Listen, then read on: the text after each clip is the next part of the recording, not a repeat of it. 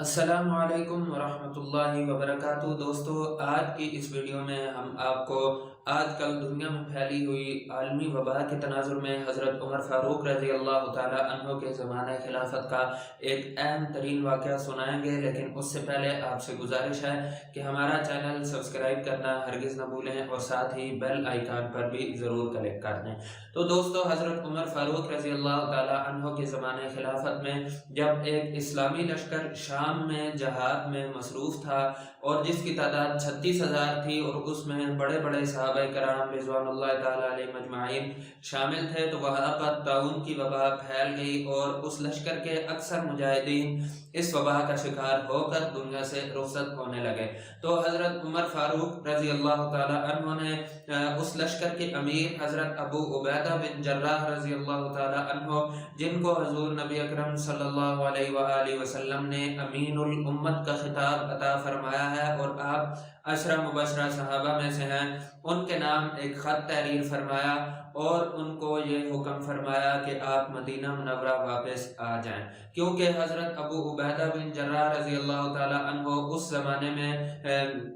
نہایت ہی باصلاحیت اور ایک جلیل القدر صحابی تھے۔ تو حضرت عمر فاروق رضی اللہ تعالیٰ عنہ یہ نہیں چاہتے تھے کہ آپ جیسا جلیل القدر صحابی بھی اس وبا کا شکار ہو کر دنیا سے رخصت ہو جائے۔ تو حضرت ابو عبیدہ بن جراح رضی اللہ تعالیٰ عنہ نے اس خط کے جواب میں مدینہ منورہ واپس آنے سے معذرت ظاہر کر لی اور ایک دوسرا خط آپ رضی اللہ تعالیٰ عنہ کے نام تحریر فرمایا، جس میں فرمایا کہ ایسا تو نہیں ہو سکتا کہ میں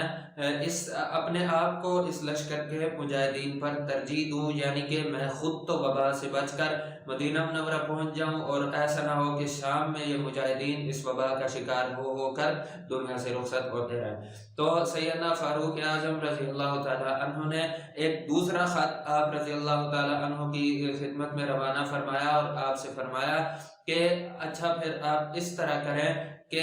وبا والا علاقہ چھوڑ کر شام کے ہی ایک دوسرے شہر جابیہ میں منتقل ہو جائیں، جو کہ اس وقت نہایت ہی پرفضا مقام تھا۔ تو حضرت ابو عبیدہ بن جراح رضی اللہ تعالیٰ عنہ اسلامی لشکر کے ہمراہ جب جابیہ میں منتقل ہو رہے تھے تو اسی دوران آپ کو بھی طاعون نے آ گھیرا اور آپ بھی اسی وجہ سے شہادت کے رتبے پر فائز ہو گئے۔ تو دوستو، اس سے ہمیں یہ سبق ملتا ہے کہ جب کسی علاقے میں وبا پھیل جائے، جیسا کہ آج کل دنیا بھر میں پھیلی ہوئی ہے، تو نہ تو لوگوں کو چاہیے کہ وہ اس علاقے سے نکلیں اور نہ ہی باہر سے لوگوں کو اس علاقے میں جانا چاہیے، کیونکہ حضور نبی اکرم صلی اللہ علیہ وآلہ وسلم نے ہمیں ایسے ہی حکم فرمایا ہے۔ تو دوستو، آج کل کی دنیا میں جو وبا پھیلی ہوئی ہے، اس کے تناظر میں بھی ہمیں ایسے ہی کرنا چاہیے